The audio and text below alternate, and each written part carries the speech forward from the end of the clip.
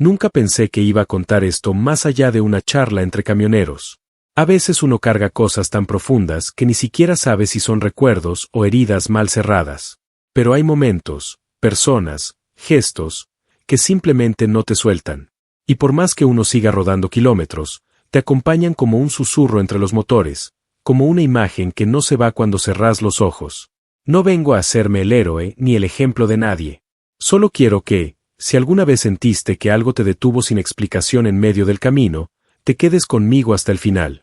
Porque lo que viví aquel día en Ecatepec no se me va del alma. No importa cuántas rutas más maneje. Me llamo Roque, tengo 47 años, y desde los 19 ando arriba de un camión. Nací en San Juanico, un lugar donde el viento se lleva más sueños de los que trae. Crecí con mi vieja, una mujer fuerte como el concreto caliente y silenciosa como las madrugadas en carretera. Muchas veces nos faltó de todo, menos dignidad. De eso estaba hecha mi madre. Hoy vivo en Querétaro. Tengo 2 hijos y una esposa que, con solo abrir la puerta y darme un abrazo largo, me recuerda por qué siempre vuelvo. Pero ese día venía de Texcoco. Había entregado unas cajas con productos de limpieza. El camión iba vacío. Era tarde, el cielo ya se apagaba y yo buscaba algo caliente para cenar antes de tomar la ruta de regreso. Entré a Ecatepec sin pensarlo demasiado. Y justo ahí, entre calles rotas, grafitis y esquinas que ya parecen olvidadas por todos, algo me frenó. No era la primera vez que pasaba por Ecatepec, pero sí fue la primera vez que algo más fuerte que el volante me obligó a detenerme. La vi parada en una banqueta deshecha, con un carrito de bebé al lado. Tenía una cartulina escrita a mano, de esas que el viento dobla y que el sol desgasta. El bebé dormía como si el mundo no le hubiera gritado todavía. Y ella no pedía, no hablaba, no se movía. Solo miraba. Pero no miraba buscando lástima, tampoco esperanza. Miraba como quien ya no espera nada, pero se resiste a desaparecer. Y esa mirada, juro por mi vida, me devolvió a mi infancia. Recordé a mi madre. A mis 7 años, parada en una calle similar, con una bolsa de tela y una expresión idéntica. No supe por qué, pero saqué el pie del acelerador. El camión rugió como si también entendiera que ese momento no era para seguir de largo. Avancé unos metros, puse las intermitentes y me bajé. Caminé hacia ella sin saber si me iba a rechazar, gritar o mirar con desconfianza. Pero lo que hizo fue mirarme directo a los ojos. Y en esa mirada hubo algo que me desarmó, no miedo, no tristeza, sino reconocimiento. Como si el destino nos hubiera cruzado a propósito. Como si yo, sin saberlo, tenía que estar ahí. No le pregunté nada. Solo le ofrecí lo poco que llevaba encima, una botella de agua, un paquete de galletas, y el asiento del acompañante si quería descansar un rato. Miró al carrito, luego a mí, y asintió con un movimiento lento, casi vencido. Subió con cuidado. Cada paso era una decisión difícil, cada gesto estaba cargado de ese tipo de cansancio que solo conocen las mujeres que ya cruzaron todos los límites sin derrumbarse. El bebé, todavía dormido, quedó acomodado como pudo en el asiento. Ella se sentó en la orilla, en silencio. No dijo nada. Yo tampoco. Pero ese silencio estaba lleno. Lleno de historias, de preguntas que no hacía falta formular, de un respeto mutuo sin necesidad de palabras. Encendí el motor, lo dejé en ralentí y busqué un lugar donde estacionar más seguro. Mientras lo hacía, ella seguía sujetando la cartulina como si fuera algo más que un cartel, como si allí estuviera su historia completa, escrita con urgencia y dignidad. Me animé a preguntarle si estaba bien. Apenas movió la cabeza y dijo: «Estoy cansada». Y en esas 2 palabras cabía todo. No hacía falta más. Su cuerpo, sus manos, sus ojos, todo hablaba. Y el camión dejó de ser un transporte. Se volvió refugio. Nos quedamos así, con el sol escondiéndose detrás de los techos bajos de Ecatepec. Yo miraba hacia el parabrisas, pero en realidad miraba hacia adentro. Pensaba en mi madre, en cómo se aferraba a su orgullo incluso cuando pedía ayuda. Pensaba en cómo ahora, tantos años después, me tocaba a mí estar del otro lado. No para saldar una deuda, porque esas no se saldan, sino para no repetir el error de pasar de largo. Ella se llamaba Lidia. Venía de Chalco. El padre del bebé se había ido hacía meses. Dijo que iba por trabajo y nunca volvió, soltó, mirando al frente, como si hablara consigo misma. No lloró. No buscó consuelo. Solo lo dijo, con esa voz que se forma cuando ya no hay energía para adornar el dolor. Había intentado pedir asilo con una tía, pero no funcionó. Y ahí estaba, parada en una esquina, con un bebé dormido, una cartulina y la esperanza de que alguien, aunque fuera uno entre mil, la viera de verdad. Le pregunté si tenía a dónde ir. Me dijo que una amiga le había ofrecido quedarse, pero no le respondía desde hacía días. Ya no sabía si insistir o si aceptar que otra puerta se había cerrado. Hoy solo quiero que alguien me mire sin asco, me dijo bajito. Y esas palabras se me clavaron. Porque yo también he pasado por lugares donde nadie me miraba. O peor, donde me miraban como si no fuera parte de este mundo. Entendí que ella no buscaba una solución. Buscaba dignidad. Presencia. Que alguien no le diera la espalda. La llevé a una fondita que conozco bien, cerca de la central. Le pregunté si quería comer algo caliente. No dudó. No pidió lo más caro, no exigió nada. Solo aceptó un plato modesto y compartió una tortilla con su hijo cuando despertó. Él se llamaba Emiliano. Tendría unos meses. Ojos grandes, negros, llenos de esa inocencia que todavía no entiende la dureza del mundo. Mientras los miraba compartir un pedazo de comida, entre el vapor del caldo y el ruido de los cubiertos, me sentí más humano que en muchos años de ruta. Porque a veces ayudar no es dar cosas. Es quedarse. Escuchar. Acompañar sin prometer salvaciones. Después de comer, regresamos al camión. Las luces de Ecatepec parpadeaban. Las motos pasaban sin mirar. Y la noche empezaba a pintar todo de sombras largas. Me preguntó si podía quedarse un rato más. Le dije que sí, sin dudar. Puse música bajito. De esas que no se escuchan solo con los oídos, sino con el pecho. Nos quedamos ahí, los tres, respirando el mismo aire. Sin plan, sin destino claro, pero con algo que nos unía y que ni siquiera sabíamos nombrar. Y en medio de ese silencio compartido, escuché su respiración relajarse por primera vez. No era el descanso físico, sino ese tipo de alivio que se siente cuando por fin puedes bajar la guardia, aunque sea por unos minutos. Como si su cuerpo supiera que, por ahora, estaba a salvo. Yo la miraba de reojo, sin invadirla, solo asegurándome de que pudiera tener al menos ese instante de paz que llevaba tiempo negándose. El pequeño Emiliano jugaba con mis llaves colgando del tablero. Se reía con ese sonido limpio que solo los bebés pueden hacer, como si no supieran que el mundo allá afuera está hecho de grietas. Y en esa risa, algo dentro de mí se movió. Pensé en mis hijos, en cómo los había visto crecer a la distancia. En cuántos cumpleaños me perdí, cuántas veces no estuve cuando me necesitaron porque andaba en la ruta, cumpliendo con entregas que ya ni recuerdo. Y por primera vez, me pregunté si había valido la pena. Le ofrecí a Lidia llevarla a la casa de esa amiga, por si tenía suerte y finalmente la encontraba. Dudó unos segundos y luego asintió. Arrancamos el camión, esta vez no con prisa ni destino definido, sino con la esperanza de que aún existiera una puerta abierta.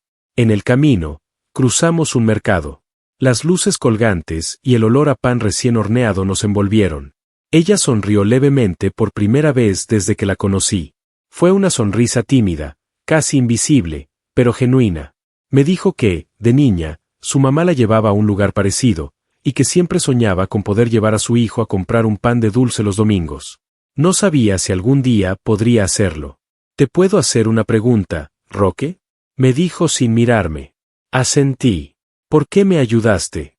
Tardé en responder. No porque no supiera, sino porque no quería decir cualquier cosa. Porque alguien, alguna vez, ayudó a mi madre. Y eso la mantuvo viva cuando ya no podía más. Creo que hoy me tocaba a mí.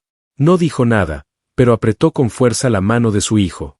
A veces, las respuestas no se dan con palabras, sino con esos pequeños gestos que solo quien ha vivido el dolor de verdad sabe interpretar. Llegamos a la dirección que me había dado.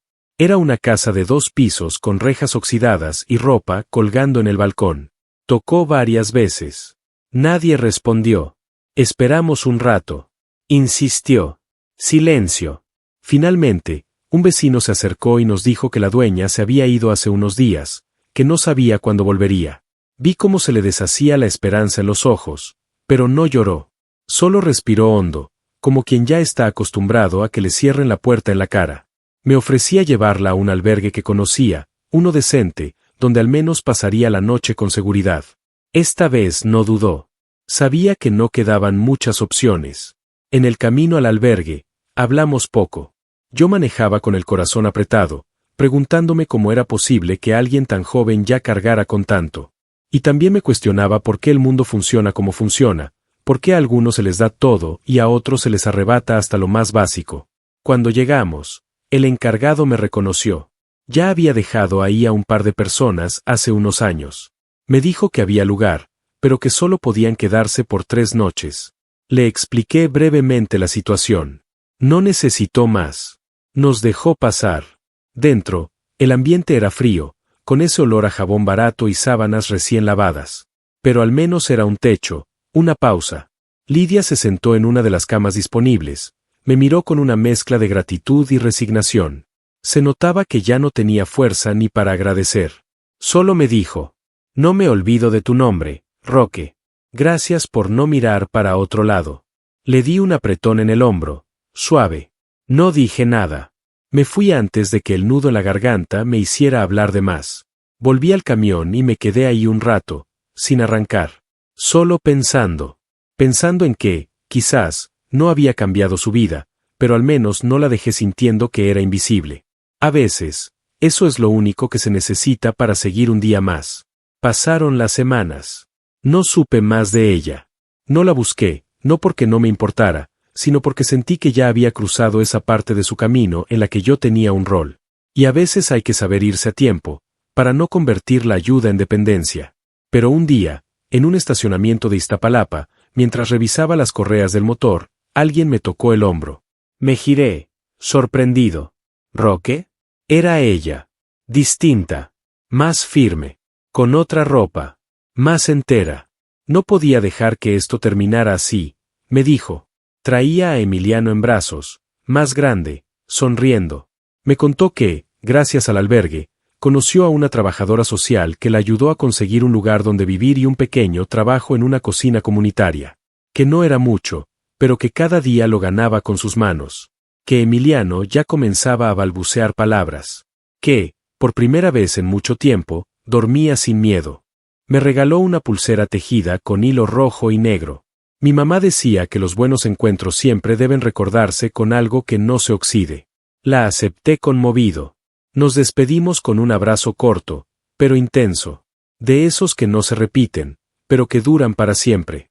Y ahí, en medio de los tráilers y la grasa, con el sol cayendo sobre el capó de mi camión, entendí que uno no necesita hacer grandes cosas para marcar la diferencia.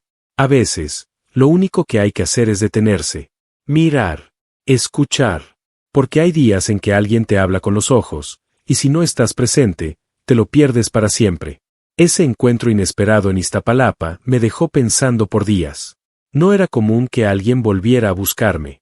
La mayoría de las personas que ayudo en el camino desaparecen con la distancia y el tiempo, como si fueran parte de otra vida.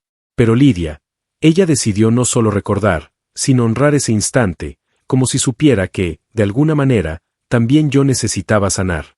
Porque aunque nadie lo sepa, uno también se rompe ayudando. Uno también carga con las historias que recoge por el camino. Y aunque uno sigue adelante, dejando atrás ciudades, rostros y palabras, hay momentos que se quedan pegados al alma como sombra que no se despega. A los pocos meses, comencé a escribir una especie de diario. Nada serio. Solo frases, reflexiones, recuerdos. Lo hacía en las noches, estacionado en alguna gasolinera o al lado de algún río. A veces escribía solo una línea, hoy alguien me miró con gratitud. Otras veces dejaba párrafos completos sobre rostros que no quise olvidar. Lidia y Emiliano tienen varias páginas. Pero no por lo que hice por ellos, sino por lo que su presencia hizo por mí. En una de esas noches, escribí algo que no he podido sacar de la cabeza. Los grandes silencios de este país no están en los discursos, sino en los ojos de quienes han sido olvidados. Y es que después de tantos años manejando por todo México, aprendí que las historias que no se cuentan no mueren, solo se transforman en heridas colectivas. Calles como las de Ecatepec están llenas de personas como Lidia, mujeres invisibles, madres que sobreviven con la dignidad hecha pedazos, pero que aún así no dejan de caminar. Lo que más me marcó de todo esto no fue el dolor que vi, sino la resistencia callada. La fuerza con la que se aferran a vivir, aunque el mundo insista en empujarlas al borde. Con el tiempo, mi forma de mirar cambió. Ya no veo solo calles o semáforos. Veo señales. Caras que me hablan sin palabras. Y cada vez que eso sucede, bajo la velocidad. A veces no hago nada más que ofrecer una botella de agua o una escucha. Pero sé que, en un país tan ruidoso, ese tipo de silencio puede ser lo más valioso. Hace poco, recibí una carta. Venía sin remitente claro, pero con una caligrafía que reconocí al instante. Decía: Roque, encontré trabajo fijo en una panadería. Emiliano ya camina. Hice nuevos amigos. No todos los días son fáciles, pero cada vez que quiero rendirme, recuerdo el día que alguien me vio. No me diste soluciones, me diste presencia. Gracias por detenerte. Guardé esa carta en el mismo cuaderno donde escribo mis historias. Y esa noche, después de muchos meses, lloré. No de tristeza, sino de alivio. Porque a veces uno va por la vida preguntándose si lo que hace tiene sentido. Si realmente vale la pena seguir creyendo en las personas. Esa carta fue mi respuesta. Desde entonces, cada vez que paso por Ecatepec, reduzco la velocidad. No para buscarla, porque sé que ya no está ahí, sino para recordar que no hay camino más valioso que el que se recorre con humanidad. Y si algún día me preguntas qué fue lo más importante que viví en todos estos años como camionero, no te hablaré de rutas largas, ni de paisajes impresionantes, ni de entregas exitosas. Te hablaré de una mujer en silencio, de un bebé dormido y de una mirada que me habló más fuerte que cualquier palabra. Porque en un mundo que todo el tiempo grita, a veces lo único que necesitamos es aprender a escuchar con el corazón. Y si llegaste hasta aquí, si esta historia te tocó de algún modo, solo te pido una cosa: la próxima vez que veas a alguien a la orilla del camino, no desvíes la mirada. No todos los que están parados están pidiendo. Algunos solo están esperando que alguien los vea. Y quién sabe, tal vez ese gesto que te parezca pequeño sea, para ellos, el principio de una nueva vida. Gracias por escuchar. Gracias por detenerte conmigo.